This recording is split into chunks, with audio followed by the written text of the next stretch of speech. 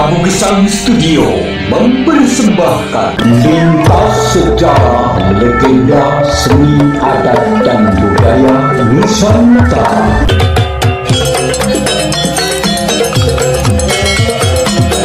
Assalamualaikum warahmatullahi wabarakatuh. Alhamdulillah. Pembelajaran sudah kita mulakan dan SOP dalam menjalankan pembelajaran sudah berjalan.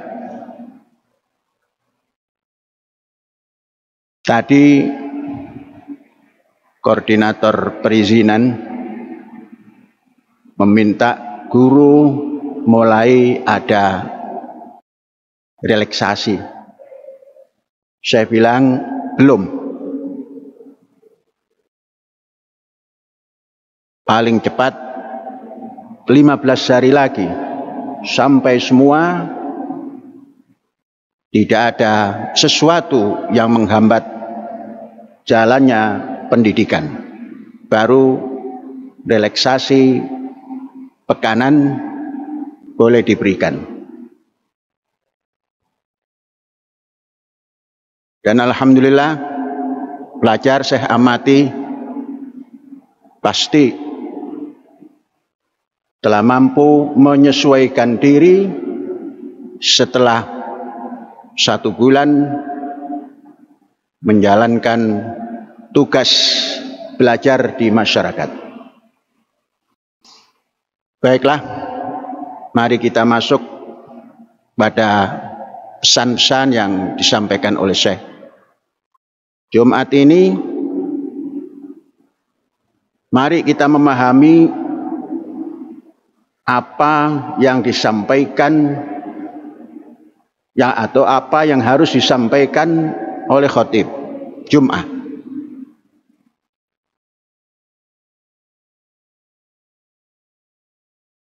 Pesan innallaha ya'muru bil adli wal ihsan itu datang jauh setelah Rasulullah wafat. Pesan itu disampaikan oleh atau pada masa Umar bin Abdul Aziz yang menghayati lingkungannya, masyarakatnya berpecah belah. Menggunakan mimbar Jumat sebagai mimbar untuk menghujat kanan kiri yang tidak sepaham. Maka Umar bin Abdul Aziz sampaikan, innallaha ya'muru bil adli wal ihsan. Saudara-saudara dan anak-anakku dan para pelajar sekalian, pesan yang disampaikan oleh khatib sudah bagus. Ittaqullaha haqqa tuqatih.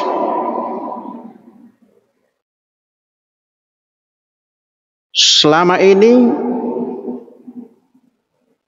kita memesan yang objeknya adalah individu. Ittaqullah haqqa tuqatih. Terjemahkan sendiri apa ittaqullah. Ittaqu itu terjemahkan sendiri. Itu adalah kepada individu orang yang dihadapi oleh khatib.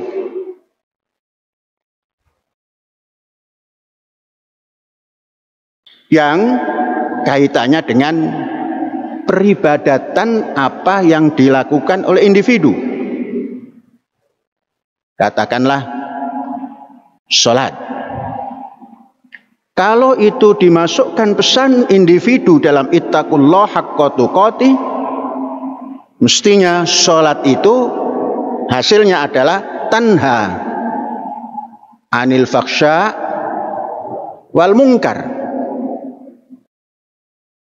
Tanha anil faksha wal munkar ini yang dihasilkan oleh produk sholat itu hanya bisa terjadi kalau pelaku sholat itu sudah tumak ninah, Wa idzat ma'nantum faqimus shalah. Kalau kamu sudah tentram jiwamu, maka tegakkan sholat. Mengapa? Karena sholat itu tanha anil fahsya wal munkar hasilnya.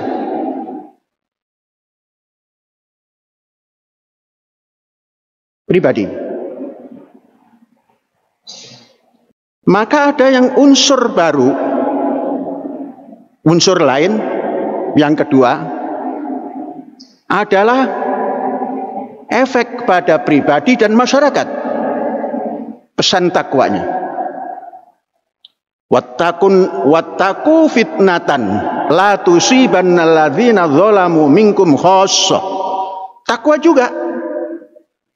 Jadi takwa kepada Allah unsurnya pribadi, produknya. Kemudian takwa kepada fitnah. Jangan dianggap fitnah itu tidak perlu ditakwai.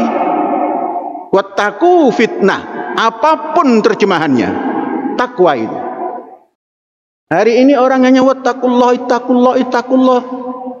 Tapi tatkala ittaqu fitnatan, terjemahkan fitnah itu apa? Yang efeknya la tusibannal ladzina dzalamu minkum khassah. Artinya fitnah itu bisa menjamah semua orang yang baik dan jelek jadi sasaran. Dilupakan. Seakan-akan itu bukan perintah takwa. Silakan terjemahkan itu. Takwa itu apa? Karena ittaqullah juga takwa. Wattaqu fitnatan. Ada lagi takwa lagi. Takwa pada api neraka. Wattaqun narol lati waquduhan nas wal hijarah. Efeknya adalah seluruh masyarakat. Api yang menjilat, menghancurkan. Dan bara yang bisa menghancurkan ini waquduhan nas, manusia, wal hijarah, dan benda padat. Ini tiga takwa ini belum pernah disinggung dalam khutbah. Mestinya ittaqullah haqqa tuqatih wattaqu fitnatan la tusibannal ladzina dzalamu minkum khassah wattaqun narol lati waquduhan nas wal hijarah. Orang hanya bertakwa kepada Tuhan yang Maha Esa, tapi menyebarkan fitnah. Wattaqu fitnatan, menyebarkan api permusuhan. Mengapa itu api permusuhan? Kayu bakarnya itu manusia yang melahap-lahap.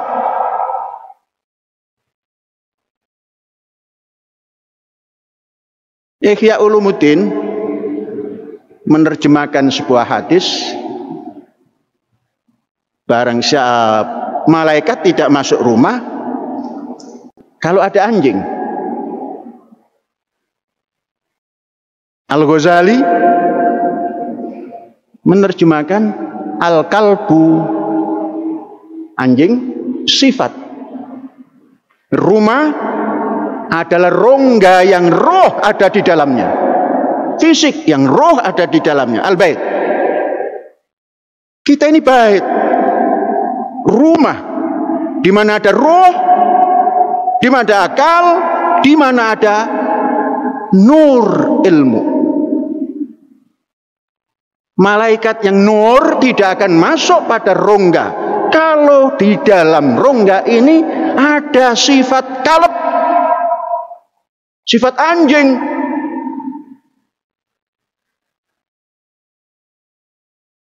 Jadi manusia mukmin itu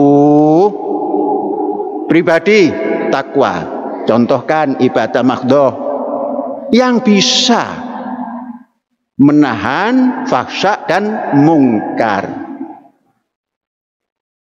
Kemudian takwa kepada fitnah, menghindari fitnah. Karena akibatnya merusak semua yang baik, yang jelek hancur karena fitnah. Dan disimpulkan asyaddu minal qatl. Seapi. Apa kaitannya api kok ditakwai? Karena bahan bakarnya itu manusia. Contoh yang dirasakan oleh kita semua. Hari ini semua menyebarkan api untuk lembaga pendidikan. Tentunya yang melahap-lahap itu adalah manusia yang mau dijadikan api. Kemudian melahap-lahap lagi fitnah kepada lembaga pendidikan. Katanya pusat teroris, pusat radikalis. Saudara-saudara, otak yang encer, yang menggunakan logika ilahi, kan bisa menghitung. Hasibu anfusakum, hai siapapun yang menuduh sebuah lembaga pendidikan satu sesat, pusat teroris, pusat radikalis, hasibu anfusakum, buktikan di mana pusat pendidikan ini adakah benih-benih teroris. Kalau ada benih teroris, Densus 88 sudah ngepung tempat ini. Densus ukuran daripada teroris itu Densus. Densus bukan untuk menangkap pencuri ayam. Densus bukan penangkap korupsi, tapi menangkap teroris, baik yang tersimpan dalam rumah kalbunya yang isinya anjing sehingga malaikat tidak bisa masuk. Mari akal sehat kita muhasabah. Sebelum Densus datang, adakah di lingkungan pendidikan ini teroris? No. Sampai kapanpun tidak bakal ada teroris. Camkan itu. Hai anak-anakku, jangan terpengaruh. Hai wali santri, jangan terpengaruh. Tidak ada teroris di tempat ini. Catat, sejarah akan mengatakan. Inilah gambar. Surah tatakallam. Gambar ini bicara. The picture is talking. Gambar ini bicara. Tidak ada tempat teroris. Sekarang mari kita muhasabah. Tengok ke kanan, jangan tengok kiri lah. Kanan. Orang yang memfatwakan macam-macam, adakah teroris di sana? Densus 88 masuk dan mencokok. Teroris ada di lembaga yang selalu mengatakan ini haram, ini halal, dan lain-lain. Catat, sejarah tidak akan diam. Mana yang teroris? Lembaga yang disuruh untuk menjaga ketentraman, menuduh teroris, menuduh sesat, di dalamnya menyimpan teroris. Densus 88 itu buktinya mencokok. Kita belum tahu apa hasilnya. Entah diadili apa tidak. Itu yang di pusat. Berjalan nyebrang laut sedikit, yang di daerah dicokok lagi. Ada teroris di situ. Mengapa? Mereka mengatakan sesat karena tempat lembaga pendidikan tertentu ini dianggap sarang teroris. Buktikan, buktikan. Syekh Panji Gumilang akan menghadapi semua tuduhan itu. Buktikan.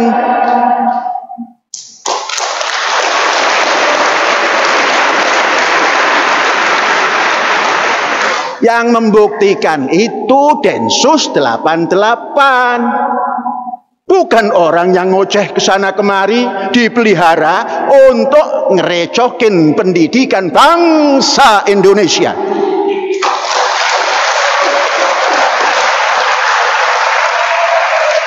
Hatu syuhadakum, kumpulkan manusia-manusia yang akan jadi saksi. Nonsen. Pelajar sekalian, Syekh di depan, jangan takut. Karena Syekh ikut perintah ittaqullah. Syekh ikut perintah wattaqu fitnatan la tusibanna alladzina dzalamu minkum khassah. Wattaqun naral lati waquduhan nas wal hijarah. Semua kita jalankan supaya tidak terjadi. Dan inilah mendidik. Hai orang-orang yang menganggap dirinya punya wewenang, gunakan wewenang itu untuk membangun. Saudara-saudara, memang lembaga kita ini mendapatkan apa itu singkatan BOS itu? Bantuan Operasional Sekolah. Memang besar. Apakah itu yang dijadikan dasar supaya bisa diambil nanti dapat BOS kemudian ditilep di kampus yang dituduh macam-macam ini? 1 sen pun biaya itu on track.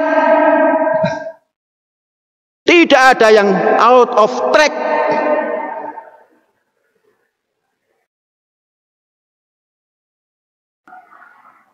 Namun perlu diingat, itu adalah suplemen tambahan. Az-Zaitun ini 1 bulannya, kalaulah tidak lebih dari 10, tidak kurang dari 10. 1 bulan.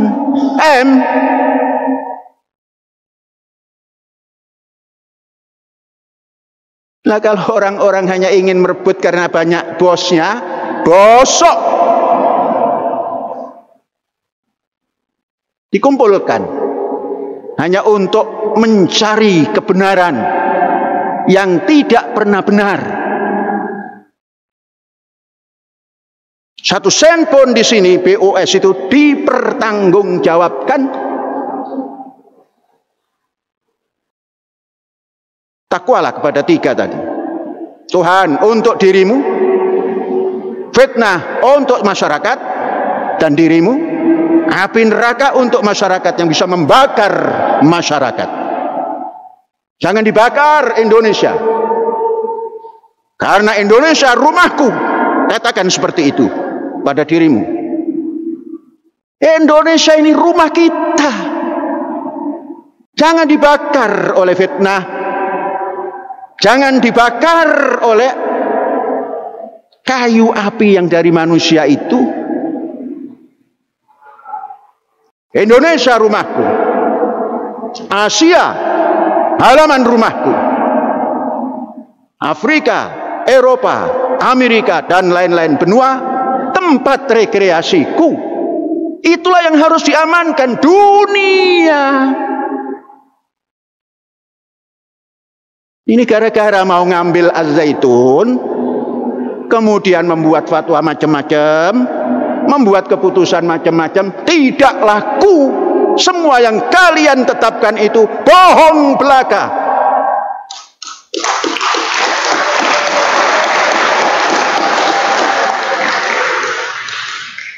Umur Az-Zaitun itu sudah 24 sampai 25 tahun hari ini. Kalau ukuran sudah dewasa, sudah punya otak yang sehat, merdeka. Punya ilmu yang merdeka, punya roh yang merdeka, bukan sedang merangkak dan norok buntek kepada siapapun, bukan. Kita sudah menganggap dunia Islam ini sudah ke depan, jangan lagi melihat ke belakang. Itu hanya untuk tumpangan sejarah. Camkan baik-baik wahai lembaga yang mengaku punya wewenang. Wewenangmu jangan disalahgunakan.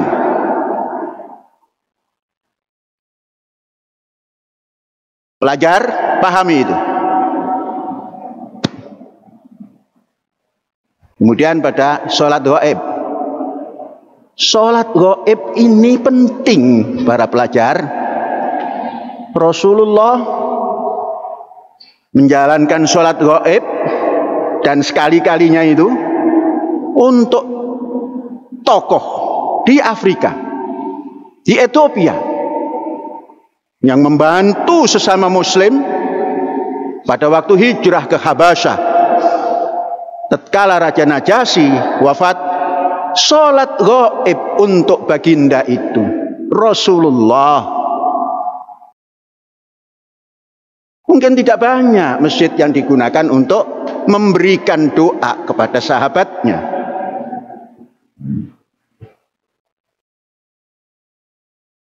Mungkin di Istiqlal. Nah, kalau belum ada, titipkan nanti, minta sholat gaib siapa saja ke Istiqlal. Karena imamnya orang yang baik. Imam Masjid Istiqlal orang baik. Syekh paham. Sejak perjalanan Az-Zaitun, Syekh paham kepada beliau. Mudah-mudahan beliau menjadi orang terdepan, entah nomor 1 atau nomor 2. Kita doakan. Hadza wallahu yar'ana wa yaghfiruna walhamdulillahirabbil alamin. Merdeka!